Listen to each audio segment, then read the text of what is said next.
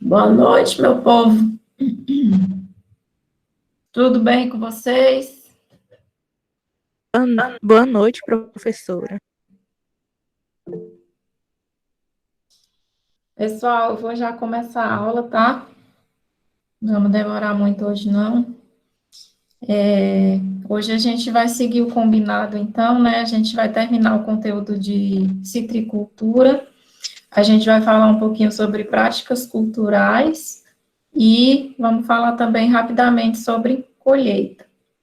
E aí vai ficar faltando uma parte de pragas e doenças, que eu vou passar um trabalho para vocês, uma atividade, e vai complementar a nota.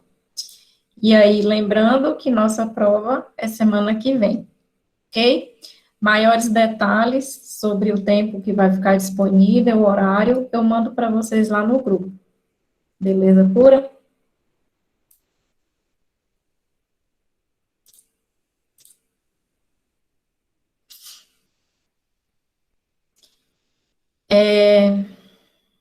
Eu vou pedir o seguinte. Quem já está aí, quem for entrando, só dá um oi no chat, porque eu vou pegar a chamada pelo chat mesmo, beleza? Só dá uma boa noite, oi, tudo bem? Manda beijo para a tia Leila, que aí eu registro a presença pelo chat. Bom, galerinha, então, vamos começar falando um pouquinho de práticas culturais nos citros. É que entra aqui dentro de práticas culturais, né? A gente vai falar um pouco sobre controle de plantas daninhas, adubação, controle fitossanitário e podas. Quando a gente fala de práticas culturais, né, de um pomar, envolve todo aquele manejo que você tem que ter com a cultura, né, ao longo do ciclo, enquanto a planta vai estar lá no campo, então tudo que você tem que fazer, todo o cuidado, tudo que você tem que tratar na planta, então a gente insere dentro de práticas culturais, tá? E aí, dentro, então, dessas práticas, para a citricultura, a gente insere esses 4 pontos aí, tá? Começando, então, sobre controle de plantas daninhas. As plantas cítricas, de forma geral, né, principalmente quando adultas, elas são relativamente tolerantes à presença de plantas daninhas. Então, plantas daninhas acaba que não é um problema tão grande dentro da citricultura, né? Principalmente por serem plantas perenes, plantas vigorosas, plantas que têm um sistema radicular que se difunde bastante no solo. Então, todas essas características aí da planta, né, fazem com que as plantas sejam relativamente resistentes à convivência com plantas daninhas, tá? Mas não confundam, eu não estou falando que vocês vão ter que vão poder deixar o pomar de vocês ao léu, deixar a planta daninha tomar conta. Não é isso, tá? Essa tolerância, então, essa possibilidade, né, de convivência com plantas daninhas, depende da idade das plantas, né? Logicamente, é uma planta adulta, uma planta perene adulta, é uma planta bem estruturada, uma planta que mais vigorosa, e essa planta eu considero que ela é resistente. Mas quando a gente está tratando de mudas, né, plantas jovens, aí o caso é diferente, né? Então, o controle de plantas daninhas em pomares cítricos, ele é mais intensificado nas fases jovens da cultura, tá? Na citricultura, então, nos pomares, a gente tem espaçamentos grandes, né? Esse espaçamento, então, só lembrando, né, que ele deve ser definido levando em consideração, perdão, levando em consideração aproveitamento de área, evitar a competição entre as plantas, né? Então, quando você vai pensar no espaçamento, você tem que levar em consideração o tanto que esse sistema radicular vai se estender no solo, vai ter que pensar também na sua variedade copa, se a variedade copa, ela cresce bastante, então você tem que considerar isso também, né? Mas, de forma geral, os espaçamentos, eles têm que ser grandes justamente por considerar essas estruturas da planta, né? A copa e o sistema radicular. Isso faz com que a gente tenha grandes áreas expostas, né? Então, grandes áreas de solo acabam ficando expostas. Não é como culturas anuais que elas fecham o solo, né? Você fica sem solo exposto praticamente, a gente pode considerar assim. A gente tem período crítico, né, de competição aí das plantas daninhas com as plantas cítricas. Logicamente, como eu falei, as plantas jovens são as plantas mais sensíveis à convivência com plantas daninhas. Então, esse período crítico, né, é logo após a implantação do pomar. Então, esse é o período que você tem que não tirar o olho do seu pomar e o controle contra plantas daninhas deve ser bastante efetivo.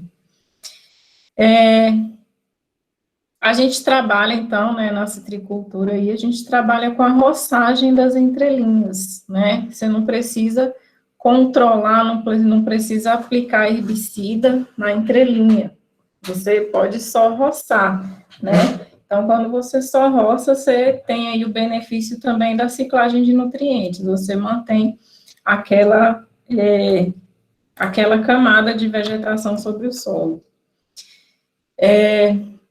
O manejo de plantas daninhas, né, ele pode ser feito de forma mecânica, com capinas manuais, né, sendo que é um trabalho oneroso, tem baixo rendimento, fácil coroamento de mudas, em plantas jovens que são sensíveis a alguns herbicidas, tá? Esse daqui é um ponto importante, né? Então, eu estou falando para vocês que as plantas jovens são as mais sensíveis à convivência com plantas daninhas. Então, essa fase que a gente tem que controlar efetivamente essas plantas daninhas. Só que as plantas cítricas jovens têm também o fato de que elas são sensíveis à maioria dos herbicidas que são utilizados, né, para controle das plantas daninhas. Então, o controle de plantas daninhas em pomares jovens é feito com o coroamento mecânico mesmo, então a capina ao redor da planta, porque com plantas jovens você não pode aplicar herbicida, tá? Porque senão você vai acabar atingindo a sua cultura principal, que no caso seria a planta cítrica. Com esse manejo mecânico, logicamente, você tem que tomar cuidado com o sistema radicular, né, principalmente a gente falando de plantas jovens, e você pode, né, na verdade, é uma recomendação a manutenção dos restos vegetais sobre o solo, tá? Então, com todos aqueles benefícios aí, ciclagem de nutrientes, manutenção da umidade do solo, manutenção, não deixar que a temperatura do solo se eleve muito, tá? Então, o que se faz em pomares jovens, a gente faz a roçagem aqui, né, o coroamento da planta e mantém essa cobertura vegetal sobre o solo. A gente tem proteção do solo e, na verdade, aqui, plantio de gramíneas ou leguminosas, né, é uma recomendação aí mais para a entrelinha, né? Então, a gente faz a roçagem na linha, coroamento das plantas, e aí na entrelinha você pode fazer plantio de gramíneas ou leguminosas. O controle químico. Aqui, então, a gente já parte para pomares adultos, tá? Então, pomar jovem tem que ser mecânico por conta da sensibilidade da sua cultura principal aos herbicidas. Quando as plantas cítricas já estão adultas, elas aguentam, né? Então, pode até cair um pouquinho de herbicida ali que você não vai matar ela, não. Então, quando em pomares já formados, pomares com plantas adultas, como é que se faz? Aplica-se herbicida na linha de plantio e na entrelinha se faz a roçagem, né? Então, se faz a roçagem ali, mantendo naquela cobertura, e você controla as plantas daninhas somente ali, né, mais próximo às plantas. Então, essas fotos aqui tá mostrando, dá para ver bem como que é feito esse controle, né? Então, aqui, ó, seria a entrelinha, tá vendo que mantém, né? Então, plantou-se uma gramínea aqui, e aí a gente mantém essa cobertura, fazendo só roçagem, para não ficar muito alto, e na linha de plantio, então, se aplica herbicida. Então, a linha fica limpinha e a entrelinha fica com a cobertura. Aqui mostrando uma extensão maior, né, mas você consegue ver que o controle é esse mesmo. Aqui, ó, na entrelinha é mantida a cobertura, e na linha de plantio, então, não tem nada, porque a gente trabalha com herbicida. O manejo dessa forma, então, a gente consegue a praticidade e bons resultados, né? Logicamente, para se utilizar herbicida, vocês têm a disciplina específica, né, para trabalhar com herbicida, para vocês conhecerem a fundo aí as recomendações, mas todo mundo sabe, né, que a gente deve conhecer as espécies de plantas daninhas que se deseja controlar, melhor época de aplicação, seletividade do herbicida, modo de ação, tá? Então, o herbicida aí tem que ser também muito bem recomendado e bem pensado. Na citricultura, o que mais se utiliza é o glifosato, com 3 aplicações ao ano ou mais, tá? E existe a recomendação, né, da rotação de herbicidas, né? Então, não se utilizar um único produto com um único princípio ativo. Beleza? Sobre controle de plantas daninhas, então, é mais isso, tá? Pomar jovem, não se trabalha com herbicida, para não causar fitotoxidez nas suas plantas jovens, que são sensíveis. Pomares adultos, se trabalha com herbicida na linha, e na entrelinha se faz a roçagem, sendo recomendado que nessa entrelinha seja implantada uma gramínea ou alguma leguminosa, tá? Para que você não tenha plantas espontâneas crescendo aleatoriamente ali naquela região. Beleza? Vamos falar um pouquinho sobre outra prática cultural aí, que é a adubação.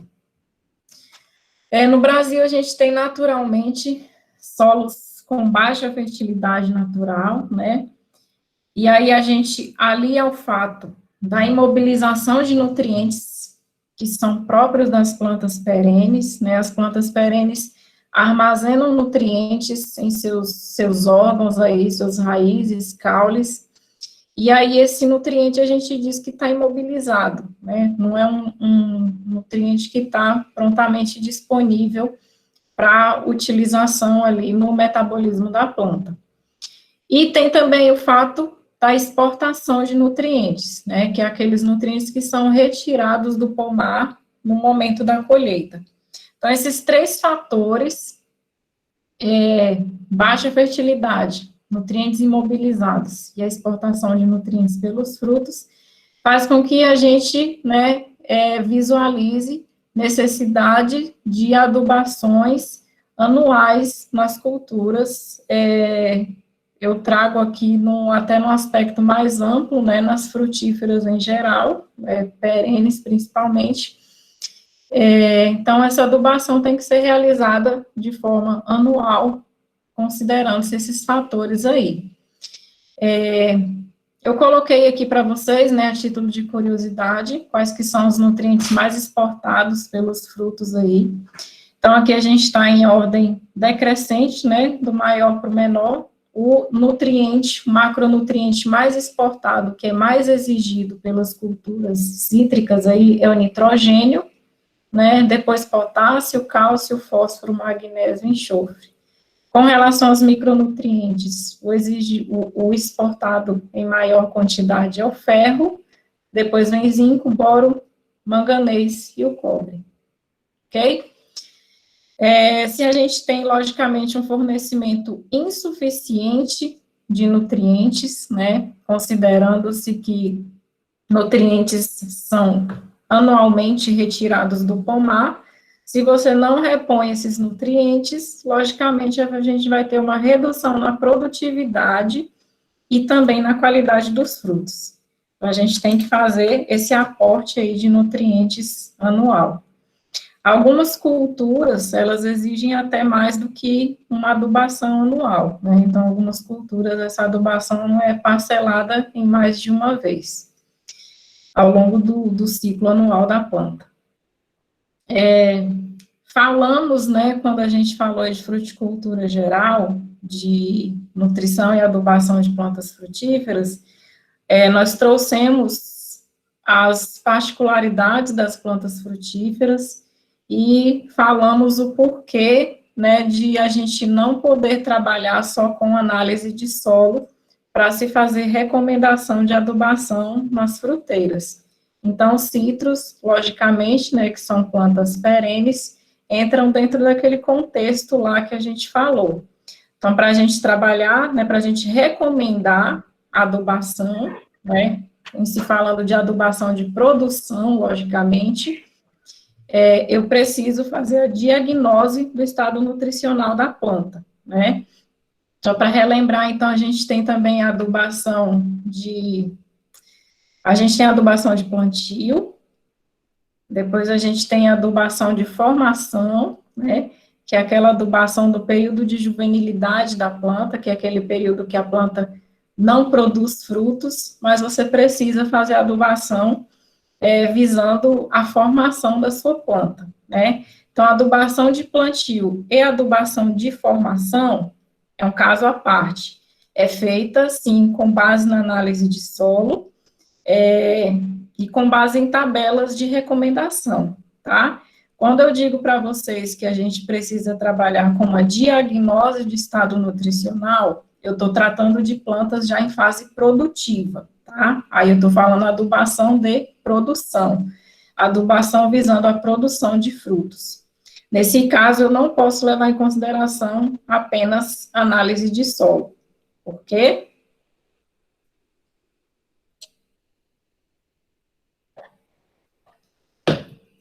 Porque vocês vão assistir a aula de novo. Bom, um diagnóstico do estado nutricional. Disponibilidade de nutrientes no solo, concentrações de nutrientes na planta, né? Então, eu preciso saber, né, preciso levar em consideração tanto os nutrientes do solo e também os nutrientes da planta. Eu não posso visualizar só um ou outro, então eu tenho que analisar o conjunto dessa disponibilidade de nutrientes, ok? E aí, para fazer essas análises, né, de disponibilidade no solo e na planta, aí é que eu vou trabalhar com análise foliar, análise de solo e também a diagnose visual. Análise de solo. Né? Então, eu vou precisar coletar a amostra de solo para poder fazer minha recomendação de adubação. A gente deve fazer a amostragem adequada, tá? Eu trouxe para vocês aqui alguns parâmetros de recomendação para se coletar a amostra para análise de solo em pomares cítricos, né?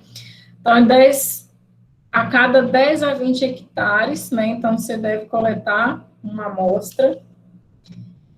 São coletadas 20 a 40 amostras, com pontos de coleta distribuídos ao acaso. Dessas 20 a 40 amostras, você vai fazer uma única amostra, que aí é o que você vai mandar para o laboratório. A cada 10 ou 20 hectares, se você tem uma propriedade, você vai trabalhar numa propriedade que tem mais do que 20 hectares de citros, e aí você vai, então, ter que fazer uma outra amostra, né? Você vai ter que dividir, na verdade, esse talhão, logicamente com a mesma área, né, mas aí vai ter que fazer essa divisão e vai ter que enviar mais de uma amostra para o laboratório, beleza?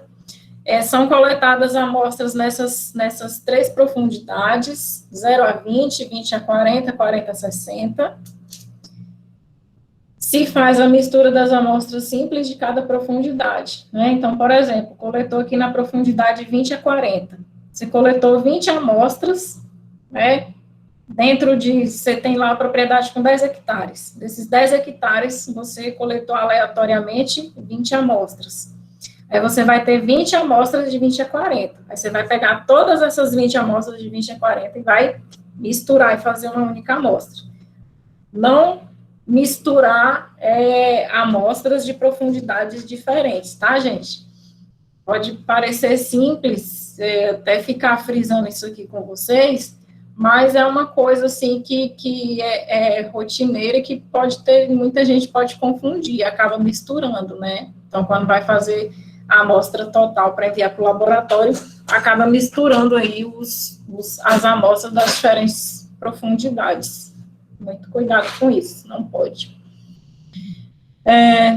Em pomares já implantados, considerar a idade das plantas, variedade copa, porta-enxerto e manejo do pomar. Esse ponto aqui é em se tratando de diferentes talhões, tá, gente? Então, por exemplo, se eu tenho talhões lá com 3 diferentes variedades, aí eu saio desses pontos aqui, ó, de 10 a 20 hectares, aí eu vou ter que coletar por talhão, por variedade, né? Se eu tiver só 1 hectare lá com laranja pera, e se eu tiver um outro hectare com laranja Bahia. Para cada, né, hectare desse, eu vou ter que coletar uma amostra, porque as necessidades, apesar de serem plantas cítricas, as necessidades da planta, a exportação acaba sendo diferente entre as diferentes variedades. Então, se você tem talhões ali com diferentes variedades, você vai ter que fazer a sua amostra considerando a variedade, né? Não só a variedade, mas considerar também idade das plantas, né? Então, talhão que você vai coletar tem que ter as plantas todas da mesma idade. Se forem de idades diferentes, aí você vai ter que dividir a amostra também. Variedade de copa e porta-enxerto e também manejo do pomar, tá? Então, para você coletar a amostra, você tem que considerar as condições homogêneas do seu talhão. E onde que você vai coletar? Né? Você vai coletar onde há maior concentração de raízes absorventes. Nós já comentamos, né, sobre esse local de concentração maior de raízes absorventes, que é no local de projeção da copa, tá? Então, você vai coletar lá aleatoriamente, escolher plantas no seu pomar, e aí de cada planta você vai lá na projeção da copa, qualquer ponto aqui dentro desse círculo vermelho, né, dentro não, no perímetro do círculo vermelho, digamos assim, não dentro, e aí você pode coletar em qualquer um desses pontos, beleza? Alguma dúvida? Com relação à coleta para análise foliar. A análise foliar, ela permite a identificação de deficiências na planta antes que essas deficiências se manifestem, né? Então, a análise foliar é o que vai nos dizer o status dos nutrientes na planta, né? Como que aquela planta vai estar do nutriente, como que está a concentração dele na planta. Para isso, cada cultura, ela tem uma recomendação de qual folha deve ser coletada, né? Isso se chama, tem a sigla AIR, Amostra Internacional de Referência, né? Então, se você vai trabalhar com laranja, por exemplo, né? A gente tem a recomendação, que eu vou mostrar para vocês aqui, qual que é essa recomendação, qual que é a folha que eu devo coletar. Então, uma folha de citros que eu vou coletar aqui no Tocantins é a mesma folha que eu vou coletar lá em São Paulo, que é a mesma folha que o pessoal lá dos Estados Unidos, da Flórida, que produz laranja, vão coletar, porque é uma amostra internacional de referência. Então, as folhas são coletadas todas no mesmo padrão. E para que essa padronização? Uma coisa é para que a gente possa fazer comparações, né? Então, se a gente pensa na idade de uma folha, por exemplo, o teor de um nutriente pode variar de acordo com a idade da folha, né? Possibilidade de fazer comparações. Nossa, eu estava com coisa na cabeça que perdi. Espera que eu lembro, gente. Nossa, eu esqueci. Eu fui falando uma coisa e estava pensando outra para falar e eu esqueci, mas daqui a pouco eu lembro. Tá, então a gente tem que ter esse padrão, né, para coleta de folhas. E essa coleta também, a escolha de uma folha específica, por que é tal folha, né? Então, pessoas lá fizeram pesquisas, né, estudaram a planta e fizeram a escolha da folha que se considera a folha mais metabolicamente ativa, né? Aí, como eu falei, uma folha velha, logicamente, ela não tem um metabolismo igual ao de uma folha jovem, né? Então, a gente busca uma folha que esteja num padrão aí de metabolismo. Beleza? E aí, para os citros, então, qual que é essa AIR? Qual que é a amostra internacional de referência? Como que eu vou saber qual folha que eu vou coletar para mandar para o laboratório? As folhas, elas têm que ter a mesma idade, né, nos 4 quadrantes da planta, em talhões homogêneos, né? Então, você tem que, todas as considerações de talhão que eu coloquei para amostra de solo, né, plantas da mesma idade, mesmo porta-enxerto, mesma variedade de copa, você vai ter que levar em consideração aqui também para a coleta de folhas, tá? Então, tem que ser, as plantas têm que estar no mesmo padrão. As folhas, elas devem estar com aproximadamente 6 meses. Você vai coletar 4 folhas por planta, né? Sendo que essas folhas devem estar divididas nos 4 quadrantes da planta. Essas folhas, elas devem estar a 1,5 metro de altura do solo, né? Ou na altura ali mediana da planta. Você deve escolher os ramos para coletar a folha. Ramo com fruto na unidade terminal.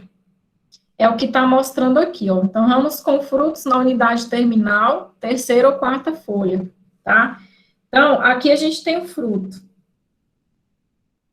A primeira folha é a que vem logo após o fruto, né? Então, aqui a gente tem a primeira, você vai só olhar o ponto de inserção da folha. A segunda, aí depois a 3ª e a 4ª. E aí eu vou coletar, então eu posso pegar a 3ª ou posso pegar a 4ª. Uma dessas 2 folhas aqui que você vai pegar para mandar, para fazer sua amostra, para mandar para o laboratório. Beleza? Ó, então, na porção mediana da planta, mais ou menos a 1,5 metro de altura, 4 folhas de cada planta, uma em cada quadrante, e o ramo que você vai coletar tem que ser um ramo que esteja com fruto, né, na porção terminal, e aí você vai coletar a 3ª ou 4ª folha a partir do fruto, ok? E aí coleta-se no mínimo 25 plantas por unidade amostral, né? Então, aqui por seu talhão, você dividiu o seu talhão de acordo com a homogeneidade das características aí do pomar, e aí, por talhão, você coleta no mínimo 25 plantas, ok?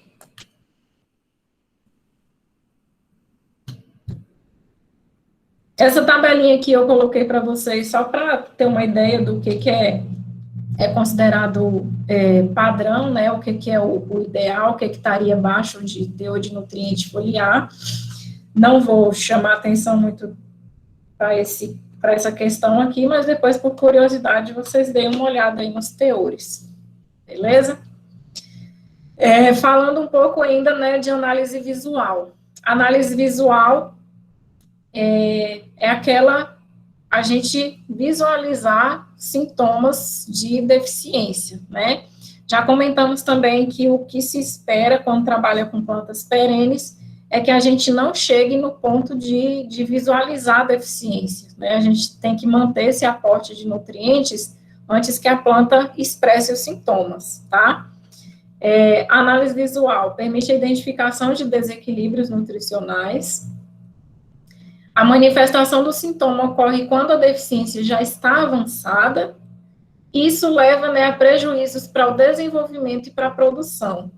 Então, a gente não pode deixar chegar nesse ponto, mas se chegou, é importante que vocês, aí, como agrônomos, conheçam também, né, os sintomas de deficiência dos nutrientes em citros, para a partir daí, vocês conseguirem trabalhar com o aporte desses nutrientes.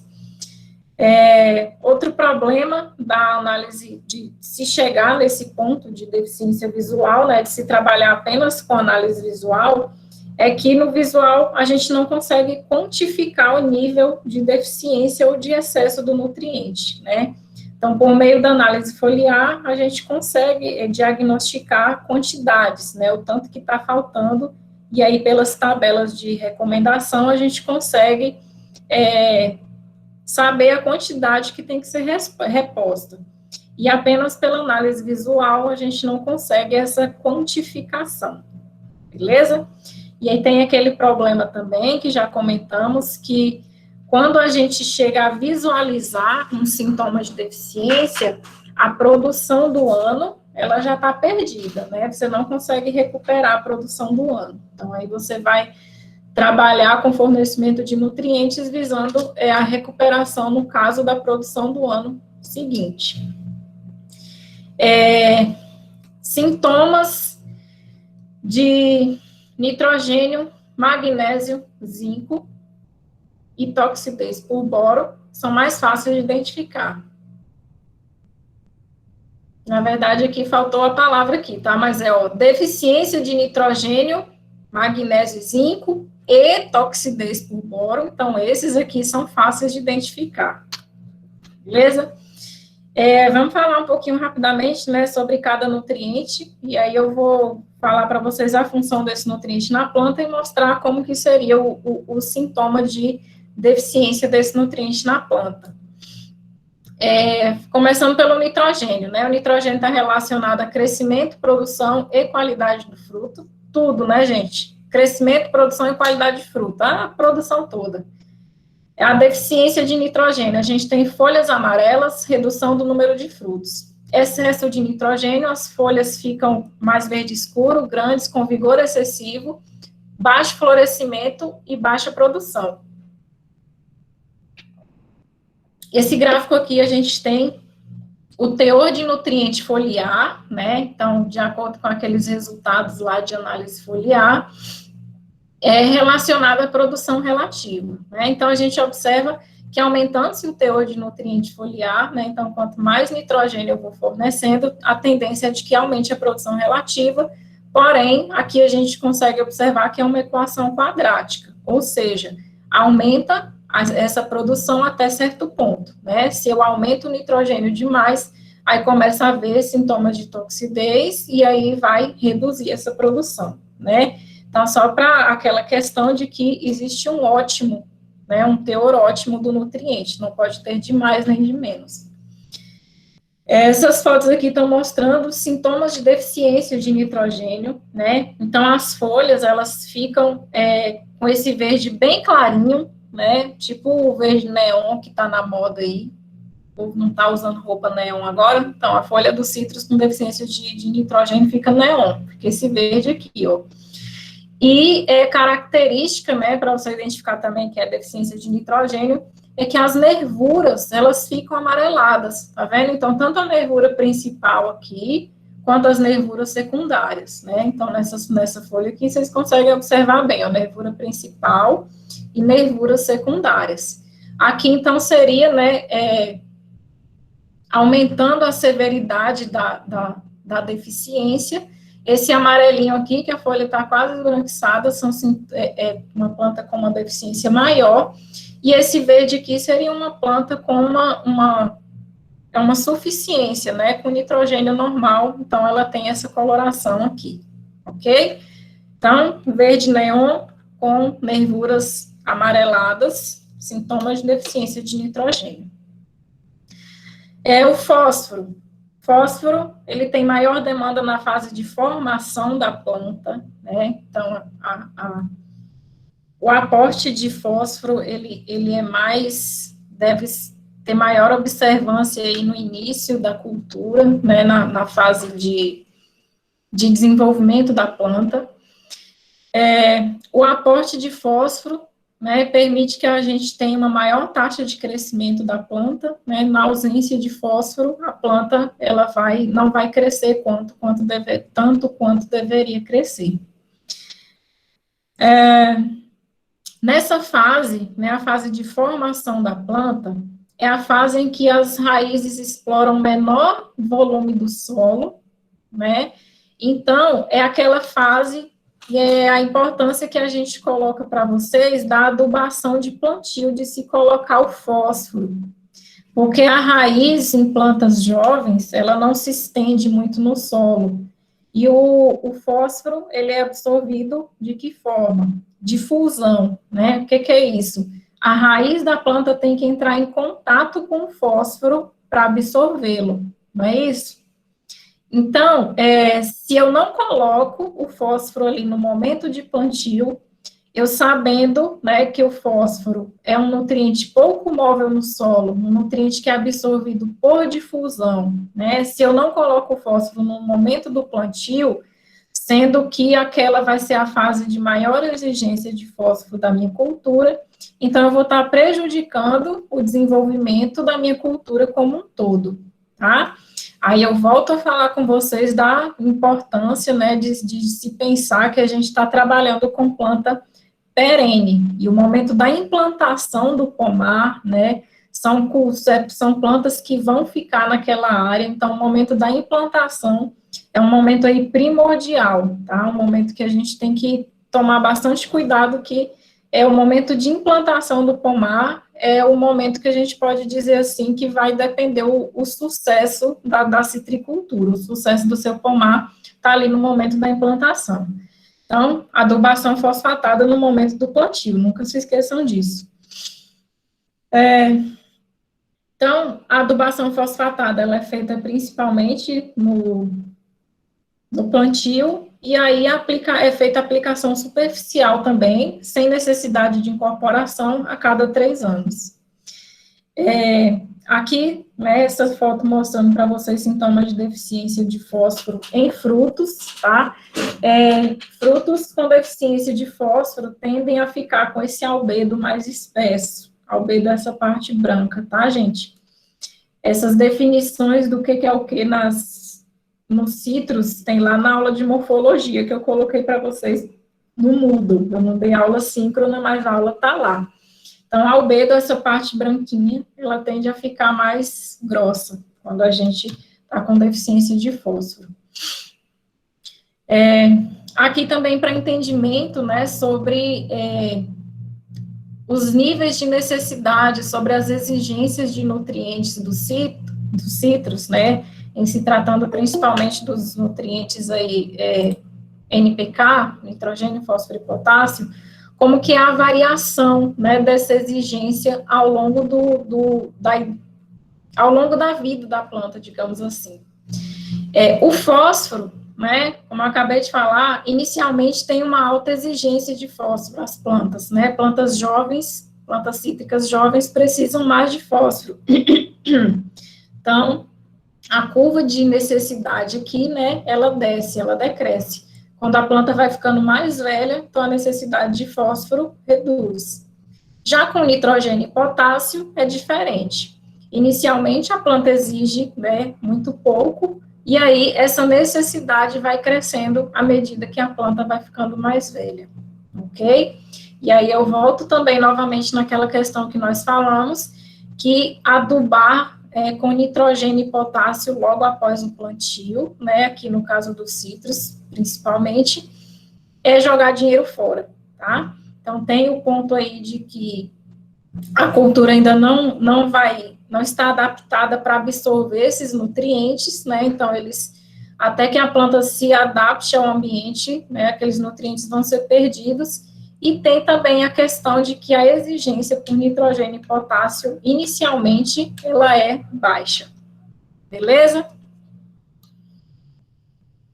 Dúvidas? Potássio. Solos com baixo potássio. Em solos que a gente tem baixos teores de potássio, quando se fornece o potássio, observa-se que há um aumento na produção. Gente, eu faço meus slides, depois eu olho assim, eu tento entender o que é que eu quis dizer. Aqui mesmo, solos com baixo potássio, fornecimento, aumento de produção. Eu consegui lembrar o que é que eu quis dizer. Foi isso, Então, quando vocês forem estudar o meu slide aí, lembra, ó, eu quis dizer que em solos que a gente tem baixos teores de potássio, quando se faz o fornecimento de potássio, observa-se um aumento de produção. Deficiência de potássio, a gente tem fruto pequeno, casca fina e lisa, maturação precoce. Em deficiência muito severa, né, quanto maior o nível da deficiência, aí a gente tem quedas de folhas e frutos pequenos. Aqui mostrando sintomas de deficiência de potássio nas folhas, né, então os bordos da folha tendem a ficar amarelados, tá? Casca fina, estão vendo aqui o fruto com a casca fininha, é um sintoma, tá vendo? Casca fina e lisa, deficiência de potássio. Ok? Ok. Magnésio, né? O magnésio aí tem toda aquela importância, principalmente está relacionada à fotossíntese da planta, né? Porque o magnésio faz parte da molécula de clorofila. E aqui eu trouxe para vocês os sintomas de deficiência de magnésio. Sintomas de deficiência de magnésio, as folhas, elas ficam com esse V invertido, esse Vzinho aqui. Tá vendo? Então, chegou aqui do pecíolo da folha, aí ela fica verde, logo depois ela fica toda amarela. Então, fica esse V ou esse A, depende do ângulo que a gente está olhando, né?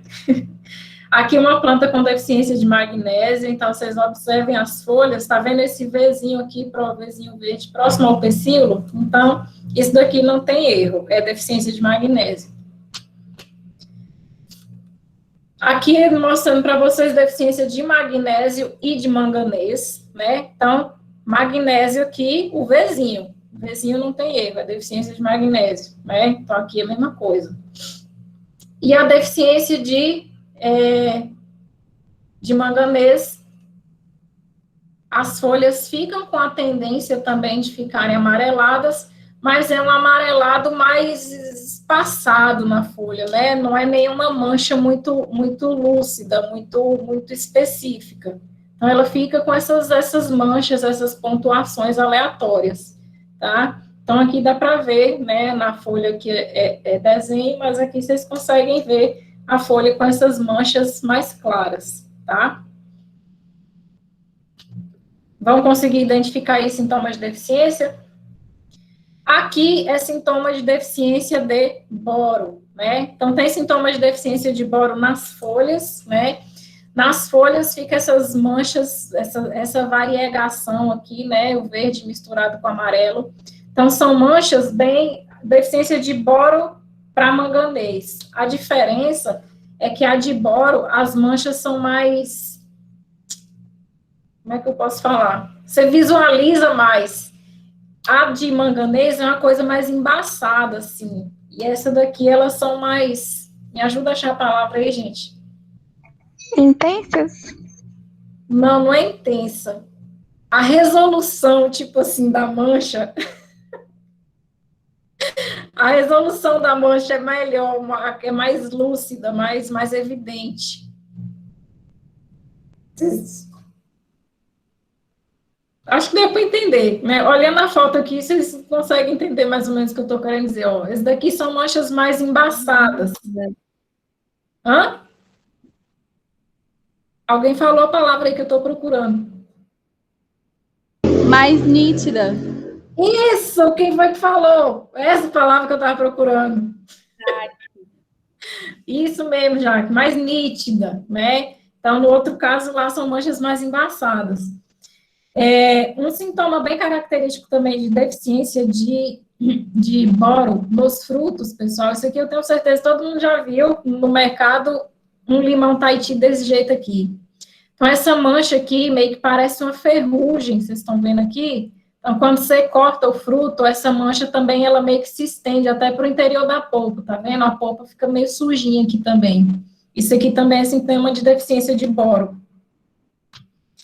E tem ainda sintomas de deficiência de boro que dá no ramo também.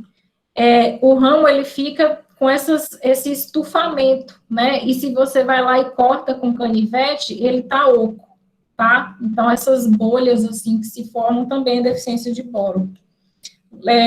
Então, o sintoma de boro é bem característico também, é bem facinho de identificar sintoma de deficiência de boro em pomares cítricos.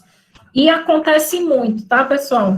Deficiência de micronutrientes, porque o produtor tem tendência de fazer mais adubação com macro, né? E a do micro tem muito produtor que não se importa em fazer. Então, se visualiza muito sintomas de deficiência de micronutrientes em pomar cítrico. Sobre calagem, né? Então, aqui são coisas básicas sobre calagem. Vocês já aprenderam aí sobre calagem quando fizeram fertilidade do solo. Não vou me atentar muito aqui também, porque são coisas bem básicas mesmo, tá? Esses gráficos aqui eu trouxe para vocês, então, só para demonstrar, né, a saturação de bases, no caso dos pomares cítricos, ela deve ser elevada para 70%, né, deve ser mantida em torno de 70%, e aqui está mostrando para vocês, então, né, que quando a gente tem aqui em torno de 70%, seria o ponto que a gente tem a produção de frutos em toneladas por hectare, no ótimo, né? Então, se você aumenta muito também, acontece aquela redução, já que a gente tem uma equação quadrática. A calagem para citros é recomendado que se use o calcário dolomítico, né, por conta do magnésio também. E aí, esse gráfico aqui está mostrando também essa mesma relação, né, de produção com teor de magnésio. Beleza?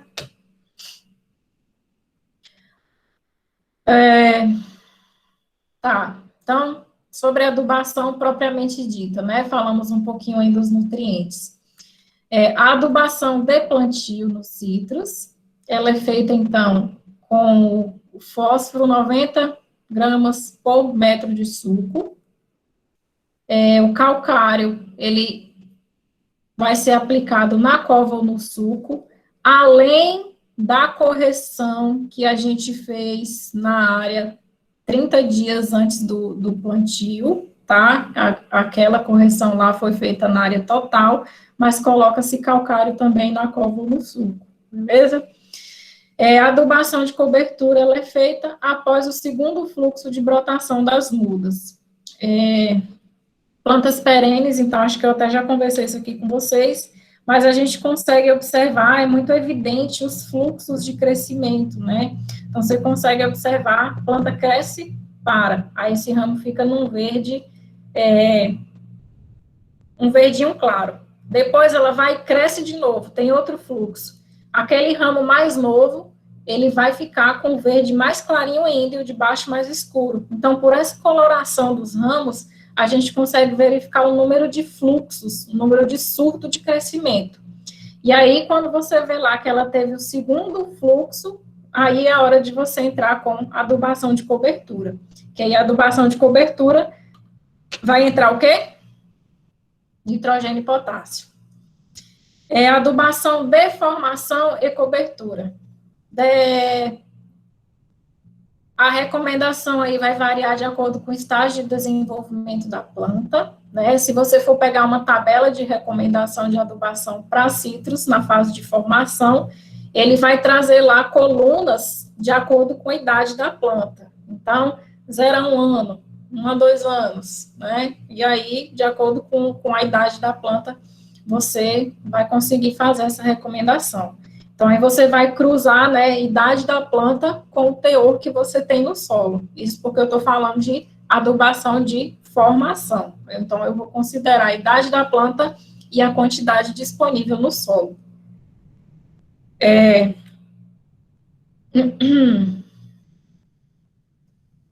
Estado nutricional do pomar, né? Então, aí a gente entra aquele ponto aí de análise de solo, análise foliar e produtividade esperada.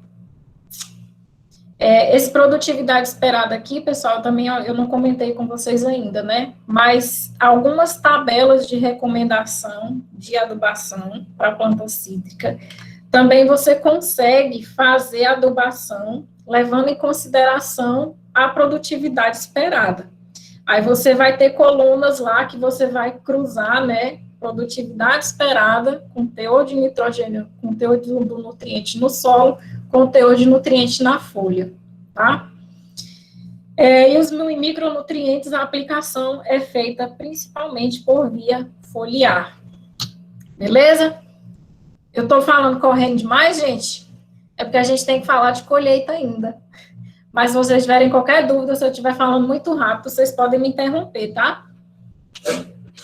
Tem grilo, não. Como aplicar os nutrientes, então, isso aqui também a gente já conversou um pouquinho, né, lá na parte de adubação geral. Em plantas jovens, a gente aplica fazendo o círculo aí na planta, circundando a planta. Em pomares adultos, eu sigo a linha de plantio, certo? Então, dentro de práticas culturais, falamos de controle de plantas daninhas e adubação.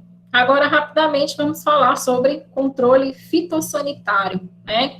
Então, controle fitossanitário, o que é fitossanidade? Né? Quando eu falo de fitossanidade, eu estou falando principalmente de pragas e doenças, né? E aí, quando eu falo em controle fitossanitário, eu estou tratando da aplicação, né, dos agrotóxicos, aplicação de produtos aí, principalmente químicos, para controle dessas pragas e doenças, né? Então, é também uma medida que a gente insere dentro das práticas culturais, porque é uma prática rotineira nos pomares, né? Já que rotineiramente, frequentemente, a gente tem que estar fazendo esse controle aí, dessas fitomoléstias. A produção em larga escala é praticamente impossível sem o uso de agrotóxicos.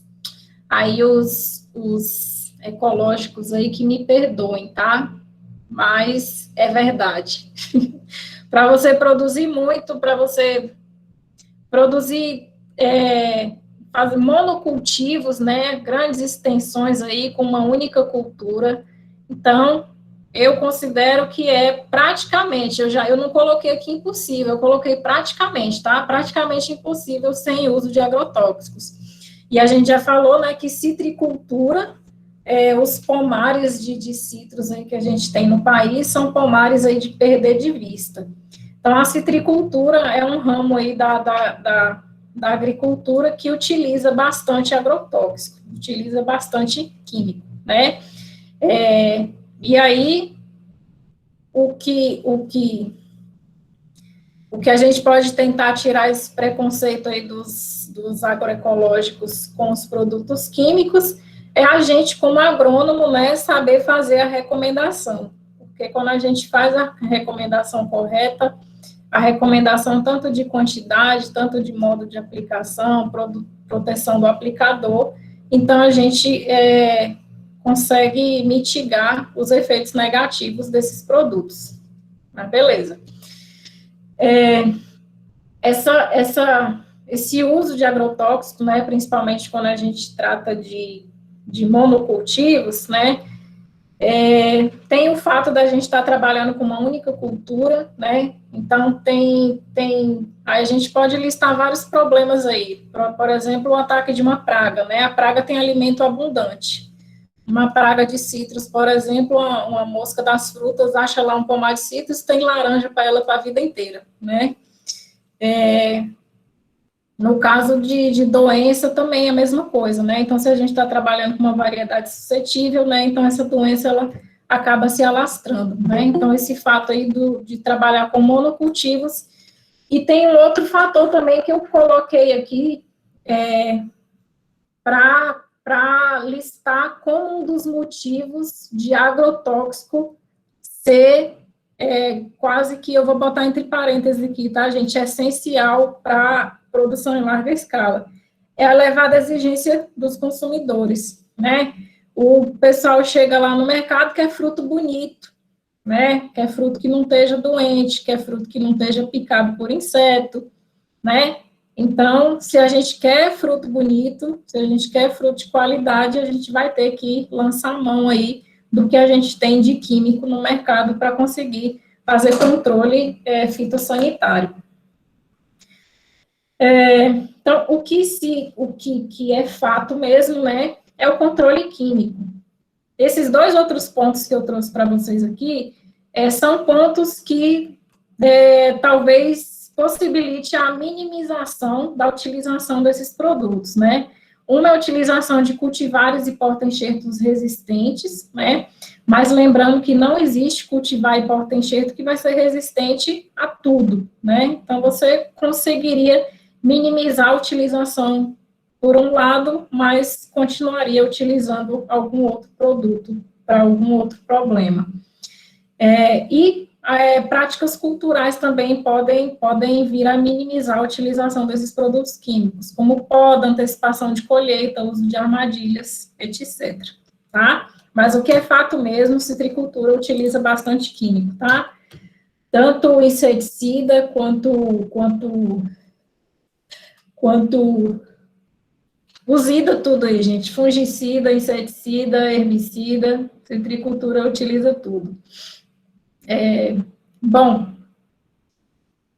Lá dentro de controle fitossanitário, então, né, eu não trouxe nada muito específico, até porque a gente tem a parte aí de pragas e doenças, e aí, lá quando a gente vê pragas e doenças, a gente pode trabalhar um pouco com o controle também. Mas eu trouxe, né, só para vocês terem essa ideia de que em citricultura, né, como a gente trabalha muito com produção em larga escala, utiliza-se muito produtos químicos aí para controle fitossanitário, ok? Finalizando, né, a parte inicial da aula aí, ela fala a parte inicial, vai dar 8 horas, dá até um desespero em vocês, não dá, não? Ai, gente. Para finalizar, então, a parte inicial da aula, eu estou falando de uma máquina.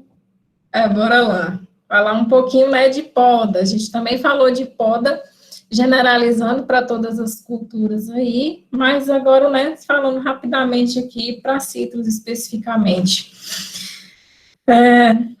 Quando a gente tem um elevado índice de área foliar, o que é isso? Muita folha. A gente tem ramos, folhas sombreadas, e aí a gente tem o quê? Baixa eficiência fotossintética. Quando a gente tem um baixo índice de área foliar, a gente tem baixa capacidade fotossintética, porque a gente tem poucas folhas. O que eu quero dizer com essas duas setinhas para cima e para baixo? Seu índice de área foliar não pode nem estar muito elevado para as folhas não estarem sombreadas, que aí vai ter uma baixa eficiência na fotossíntese, né? Folha sombreada, vai estar respirando, vai estar gastando CO2, né? Então, vai ser um consumo, vai funcionar como um dreno para a planta. Mas se eu podo demais, né? Se eu abaixo muito o índice de área foliar, aí a planta vai ter já uma baixa capacidade fotossintética, porque eu vou ter pouca folha. Então, a gente tem que achar um meio termo. E é isso que a poda visa, né?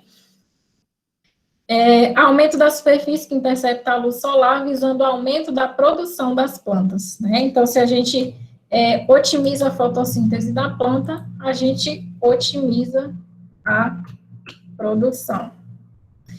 Né? Então, a gente tem as modalidades de poda. A gente tem a poda de formação. A poda de formação, ela é feita quando a gente compra muda palito. Lembra que eu falei que tem a muda palito e a muda de copa formada? Muda palito é a muda de haste única, que ela deve ser comercializada até 18 meses. Lembram lá da aula de mudas? Então, a muda palito é aquela muda que não foi feita a poda da gema apical ali da sua borbulha que brotou, que formou a sua parte aérea, né? Então, ela vai estar lá retinha. Então, a gente tem que fazer a poda de formação, que é a gente podar a gema apical. Quando se corta a gema apical, né? Então, vocês estão vendo aqui, ó, a planta, ela podou aqui, ó, então ela vai brotando, né? Então, brotou. Aí a gente faz aquela seleção dos ramos que vão formar as fachadas, as pernadas da planta, aqueles ramos distribuídos, né, de forma igualitária na planta, né? Então, aqui mostrando, né, uma planta com a poda feita, né, selecionou-se 3 ramos aqui, Em mudas com copa formada, a gente tem que observar a questão de poda também, mas aí é mais para brotação do porta-enxerto e também brotação de gemas, tá? Não vou ler isso aqui para vocês, né? A poda de limpeza, vocês já sabem o que é a poda de limpeza, retirada de ramos doentes, ramos secos. Poda de redução de copa é aquela poda que visa manter a sua planta dentro de determinados limites, né? Tem aqui umas fotos de algumas máquinas fazendo essa poda aí. Poda de rejuvenescimento, né? É aquela poda que você mete o sarrafo em tudo. Pomares citrícolas, pessoal, eles mantêm a produtividade até mais ou menos, tem pomares com 30 anos que produzem muito bem ainda. Mas, assim, quando fica muito, muito velho, né, acaba que a produtividade diminui. Então, aí, recomenda-se que seja feito isso daqui, ó. Você mete o sarrafo na planta todinha, aí ela vai rebrotar toda, ela vai rebrotar vigorosa e vai voltar a produzir novamente, né? Você espera, claro, né, a planta reduzir essa produção dela, porque quando você faz uma poda aqui, dessa daqui, até a planta se recuperar, demora, tá? Quando você faz poda em citros, então você tem que pincelar a planta, né, com cal hidratada, porque aqui você expôs a planta aos raios solares, né, então você, para não queimar a sua planta, então você faz esse pincelamento aqui com cal, tá? Acabou essa parte. Ufa. Dúvidas? Não, não. Não, não? 8:02, bora. 8:15 eu termino a segunda parte. Estava pensando que já tinha acabado. Não, ainda não. Vamos falar um pouquinho de colheita e pós-colheita, tá? Eu vou falar só, né, os pontos principais aqui que vocês precisam saber dessa parte de colheita e pós-colheita. Bom, quando a gente trabalha com qualquer cultura, né, o que é importante para a gente saber, uma coisa importante, é saber o ponto que eu devo coletar o meu produto comercializável, né? Se eu estou trabalhando, se eu estou plantando alface, eu tenho que saber quando que eu tenho que colher aquele alface para vender aquele alface. Eu não posso colher ele novinho demais, nem posso colher ele velho demais, que a folha vai estar amarga e dura, tá? Então, para fruta, a mesma coisa. Eu preciso definir ponto de colheita. É uma coisa extremamente importante, a gente saber o ponto que se deve colher. E como, então, que eu vou definir ponto de colheita para citros? Né? O que eu vou levar em consideração para saber o momento que eu devo coletar esses frutos? Algumas culturas, né, a gente leva em consideração dias da floração à colheita, né? Você só conta o número de dias. Aí, dependendo daquele número de dias, você sabe que chegou no ponto de colheita. O dia da floração à colheita, para citros, ele costuma ser mais longo do que para a maioria das plantas frutíferas, né? Então, o que isso aqui quer dizer? Seu fruto vai passar mais tempo na planta do que se você estivesse trabalhando com outras culturas. Os dias da floração à colheita não dá para ser um critério para definição de ponto de colheita em citros, principalmente por aquela questão lá que a gente já sabe, né, o ponto de colheita varia muito com as condições climáticas. A gente não conversou sobre isso? Então, uma mesma variedade que é cultivada em condições climáticas diferentes, ela vai ter ponto de colheita diferente, porque ela vai acumular quantidade de calor diferente. Ok? Depende do cultivar e do clima, né? Então, nada é certo, depende principalmente aí do clima que você está trabalhando.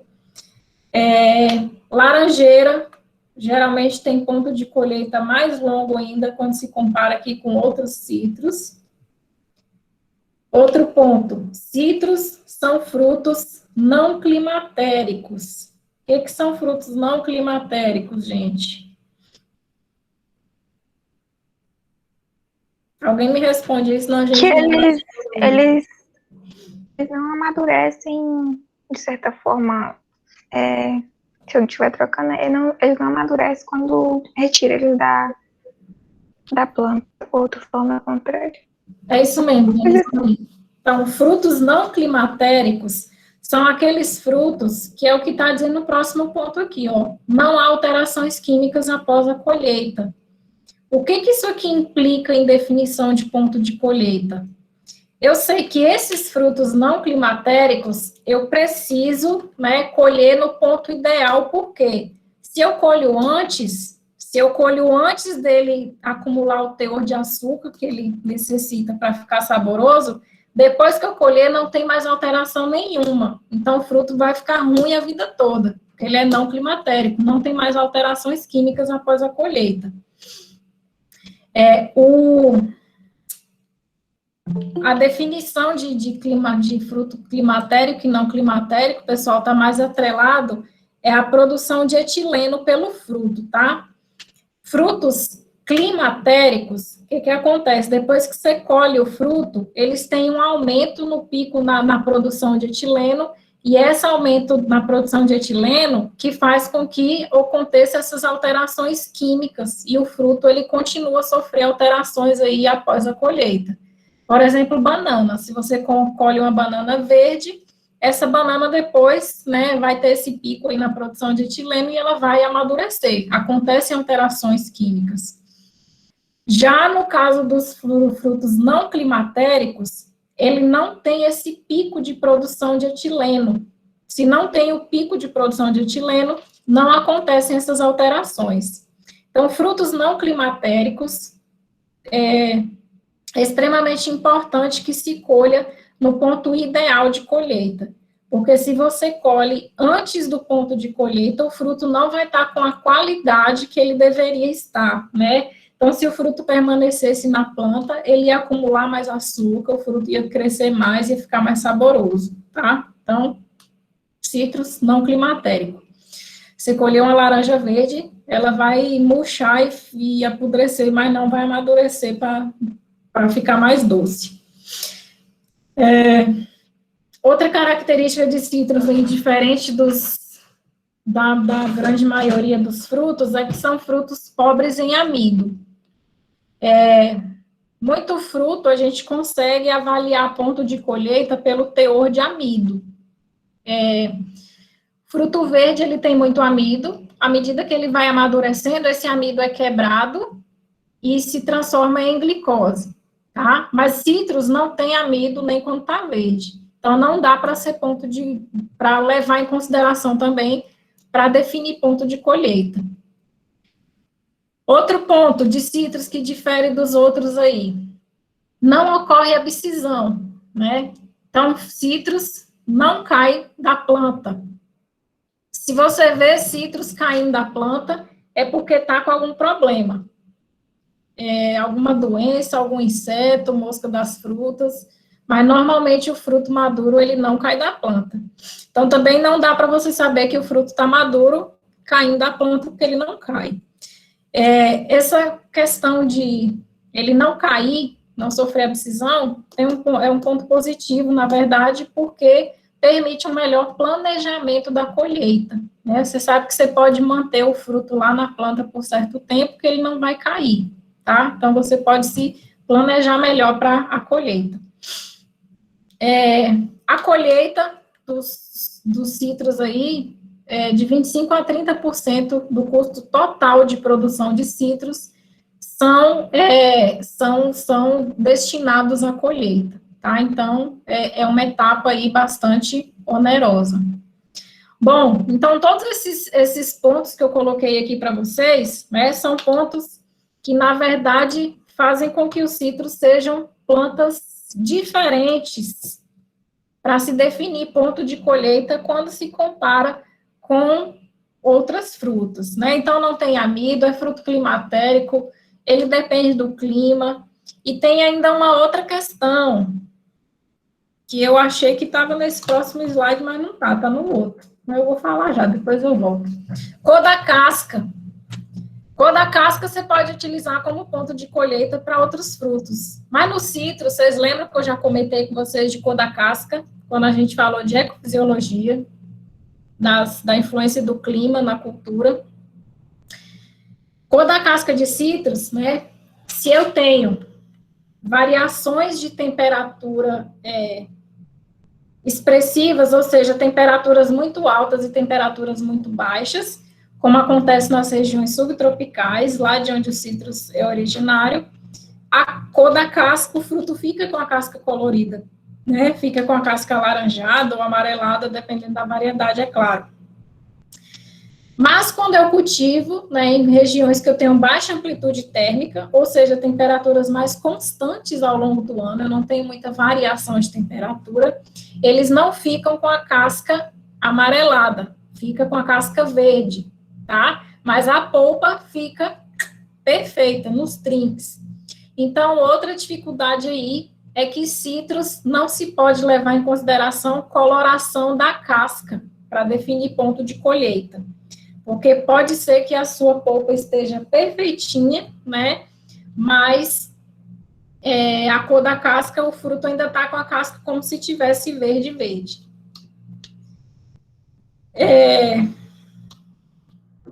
Vamos para frente. Tá, então tá, professora, você só falou de problema aí, mas e aí então, como é que eu vou fazer para definir ponto de colheita? Ponto de colheita dos citros é feito por amostragem, tá? Então, você tem seu pomar lá, você vai fazer uma amostragem de frutos, e aí você vai fazer essas avaliações que estão listadinhas aqui. Uma avaliação é porcentagem de suco, né? Então, você vai avaliar quantos por cento que tem de suco no seu fruto.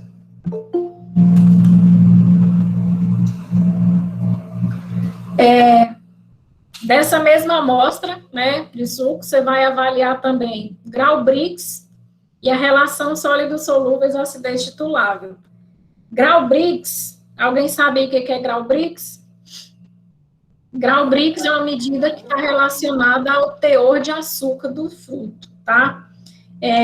Grau Brix mede, que a gente chama de TSS, teor de sólidos solúveis, né? Então, ele dá uma medida, por exemplo, um fruto dá 20 graus Brix. Eu estou dizendo que de 100 ml, né, 20 ml ali seriam sólidos solúveis. E sólidos solúveis têm uma alta correlação com o teor de açúcar, tá?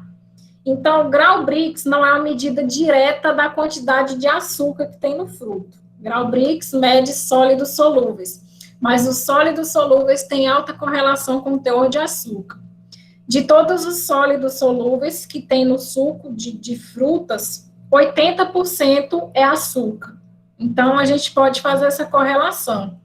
E por que mede grau Brix e não mede açúcar diretamente? Porque grau Brix é uma medida que a gente consegue muito fácil, né? É feita por um aparelhinho, a gente chama de refratômetro, né? Pelo índice de refração da luz ali. É um aparelhinho pequeno, você leva para o campo, então você leva, né, um aparelhinho desse para o campo e faz essa medida aí na sua amostra de frutos facilmente. Lá no IF a gente tem, né, os refratômetros. Quando eu dou aula assim, eu gosto até de levar, a gente leva umas laranjas, espreme, mede os grau Brix das laranjas, né, mas infelizmente agora não é possível, tá? Mas então é isso, grau Brix, né, tá relacionado ao teor de açúcar e é uma avaliação que eu faço juntamente com essas outras para determinar ponto de colheita. E eu avalio também relação sólidos solúveis acidez titulável, tá? Então, é uma avaliação que eu relaciono aqui, que eu medi no grau Brix, mas eu vou ter que avaliar também, relacionar esse teor de açúcar com a acidez do fruto. Os frutos na grande maioria dos frutos, precisam ter acidez, né? Se você tem um fruto que tem muito açúcar, esse fruto fica nojento. Esse fruto não é saboroso. Fruto, para ter sabor, ele tem que ter um equilíbrio entre açúcar e ácido. E quando eu trato de citros, isso é ainda mais evidente, né? Porque o citros, ele tem muito ácido, mais do que outros frutos. Mas o único fruto que eu sei que não se avalia acidez, que não é um parâmetro ver a relação de açúcar e ácido, é aquela coisa que parece um tomate. Caqui. Caqui. É aquela coisa horrível. Então, caqui a gente não olha teor de ácido, porque... mas assim, então, para todos os outros frutos, né, maçã, até banana, a gente tem que olhar teor de ácido e teor de açúcar, tá? Então, são esses pontos aqui que são observados para se definir ponto de colheita dos citros. Eu trouxe aqui alguns exemplos de definição de ponto de colheita. Observe esse ponto que eu coloquei aqui, ó, relação sólidos solúveis à acidez titulável. É esse daqui, ó, eu chamo também de IM, ou índice de maturação. É a relação, ó, sólidos solúveis dividido pela acidez, certo? Então, IM, índice de maturação. Quando eu tenho índice de maturação, aqui eu posso meio que dar uma generalizada, maior do que 16, meus frutos já estão passados. Por quê? Quando o índice de maturação está muito alto, quem que está em cima no denominador aqui? Açúcar. Então, eu já tenho muito açúcar para pouco ácido. Então, tá vendo? O fruto cítrico não pode ter muito ácido. Então, eu tenho que colher aqui com índice de maturação menor do que 16. Eu tenho ainda um equilíbrio entre açúcar e ácido. Amostras com o mesmo índice de maturação podem ter sabor diferente, por isso eu preciso avaliar também isoladamente Grau-Brix. Então, eu avalio a relação e avalio o Grau-Brix. Não são adequados para cultivares de laranjeira de baixa acidez, como lima, piralima, e nem para as limeiras ácidas, porque aqui, na verdade, agora é só ácido, né? Tahiti e galego, e também para os limoeiros. Laranjeiras e tangerinas estão aqui, né? Eu coloquei exemplos para vocês verem cada variedade cítrica, então tem o seu ponto de colheita definido. No caso de laranjeira e tangerina, eu tenho que colher, quando eu fizer aquela amostragem de frutos, eles têm que estar com 10 graus Brix e o índice de maturação, ou seja, relação sólidos solúveis à acidez, de 9,5. Então, quando chegou nesse ponto aqui, eu posso colher. No caso do Tahiti, né, o Tahiti, eu falei aqui em cima que o índice de maturação não é adequado para definir ponto de colheita do Tahiti. Então, o que eu vou olhar? O teor de suco, né? O Tahiti, quando ele está com teor de suco superior a 40%, e a casca verde, eu sei que está no ponto de colheita, beleza? Então, índice de maturação, Grau-Brix e teor de suco. Professora, mas quando é que eu sei quando é que eu vou... toda semana eu vou ter que ficar indo lá no pomar, coletar fruto para fazer essas análises? Não, né, gente? A gente sabe mais ou menos ali. Por exemplo, eu sei que o tempo aproximado para a tangerina pocã ficar no ponto de colheita é mais ou menos 9 meses. Então, eu sei que com os 9 meses eu posso começar a ir lá e fazer a amostragem. Outra coisa também que é importante quem produz citros fazer acompanhamento fazer acompanhamento do acúmulo de calor. Lembra lá? Né? Então, se eu estou plantando uma variedade pera que é de meia estação, eu sei que ela precisa acumular aproximadamente 2.800 graus dia.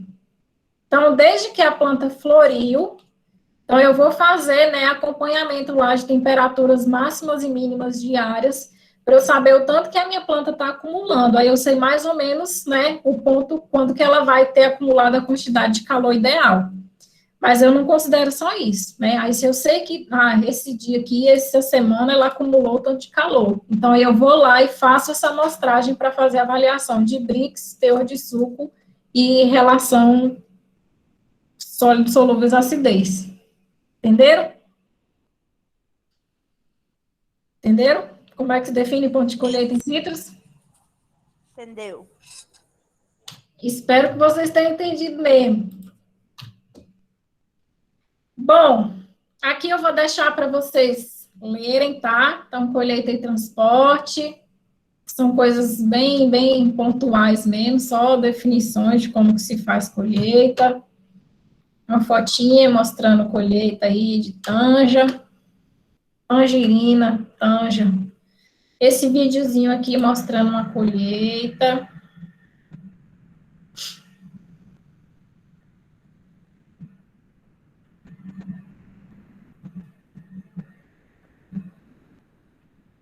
Então, o pessoal vai lá colhendo manualmente e tá colocando nos bags, né? Essas sacolonas grandes. E aí, do bag, o caminhãozinho vai lá, pega o bag e joga aí dentro. Tem um aqui que é bacana, que eu quero que vocês vejam. É esse. Isso daqui, gente,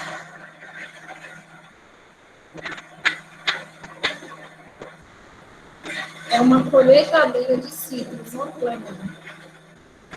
Ele sacode a planta e derruba os frutos.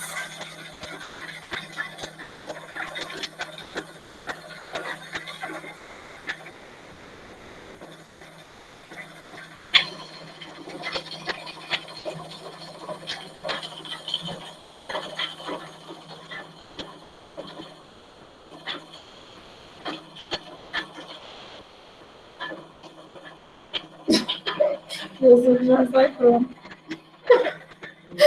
Gente, nesse caso aqui, né, então seria apenas frutos para processamento, né?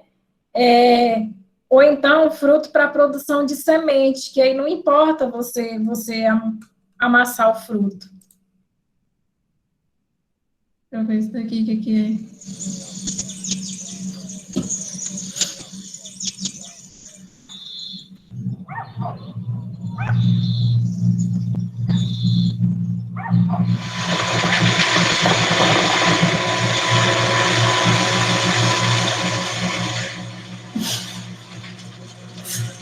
Eu estou rindo dos comentários de vocês.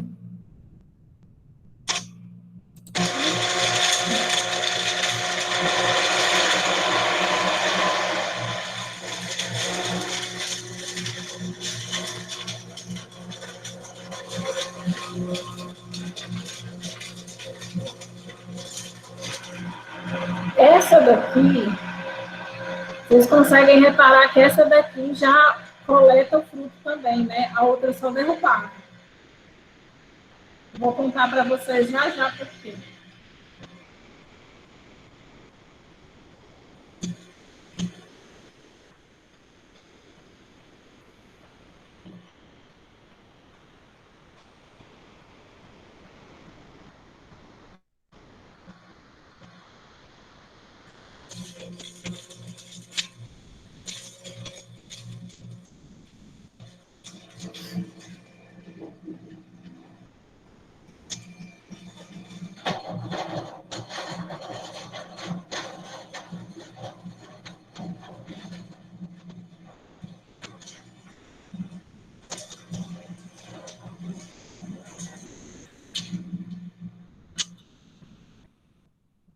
Gente, essa daqui, ela é uma máquina específica para colher citros. Essa aqui não derrubou os citros no chão.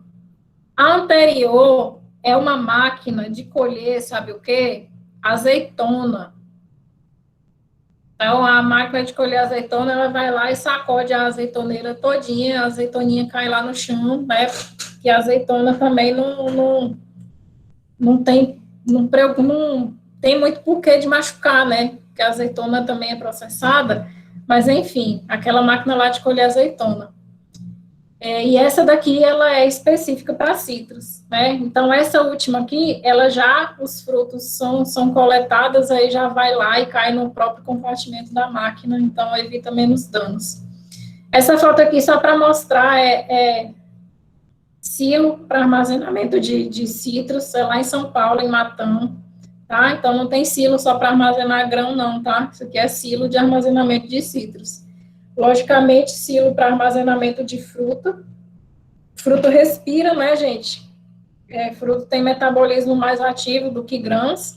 Então, o silo, ele tem que ser telado para permitir que os frutos respirem. Então, é diferente aí do silo de grãos. Tá, isso aqui eu preciso falar com vocês também.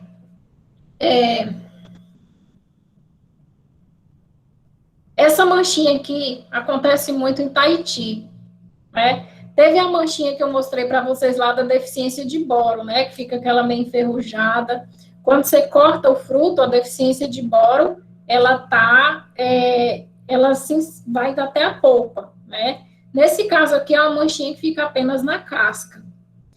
O nome dessa manchinha é oleocelose. Ela é originada por conta de choque mecânico, tá? Então, muitas vezes a gente pensa que fruto fruto cítrico é resistente, que pode sofrer choque e tal, mas não é bem assim, né? A casca dos citros, ela é repleta de glândulas de óleo. E aí, quando você tem choque mecânico, né, aquelas glândulas, elas estouram, né, e aí a oxidação do óleo faz com que a casca do fruto fique manchada. Isso daqui, o nome, então, é oleocelose.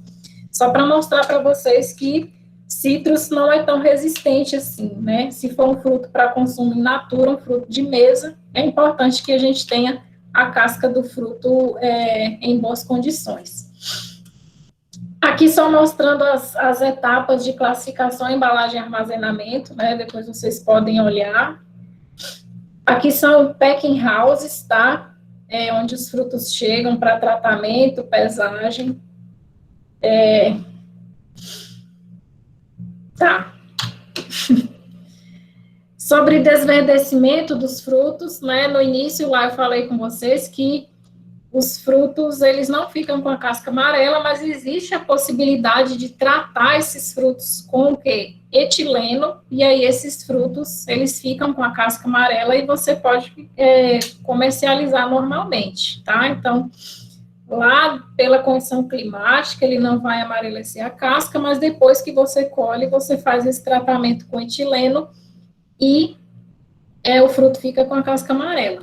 Então, aqui depois também vocês deem uma olhada no slide, né, tá trazendo as condições que são feitas esse desverdecimento da casca, como que é feito esse tratamento.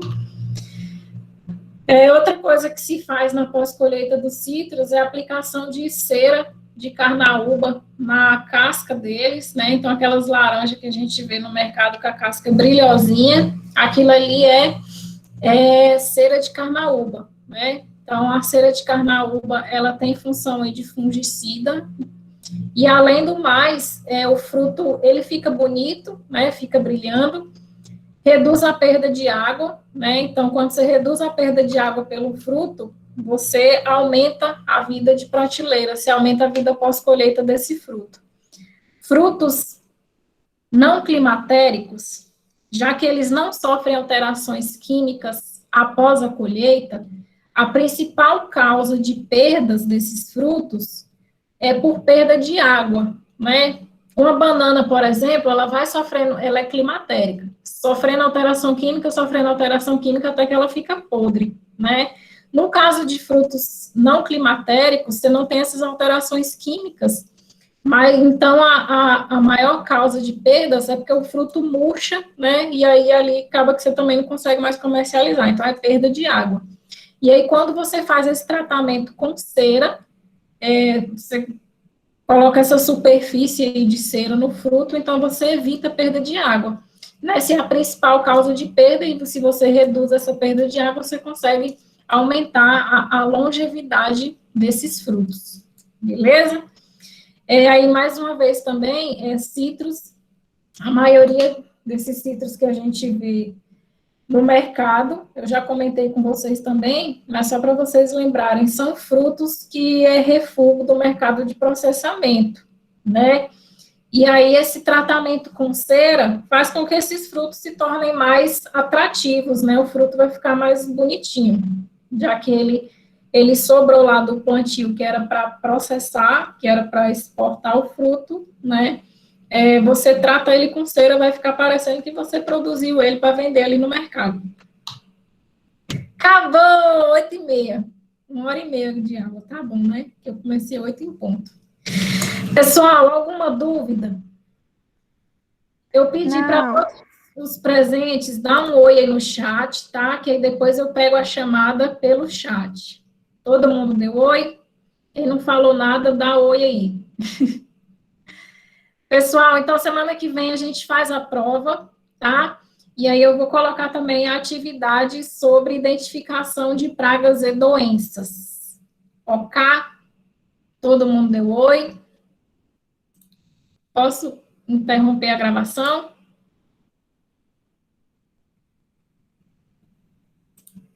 Vou interromper, hein?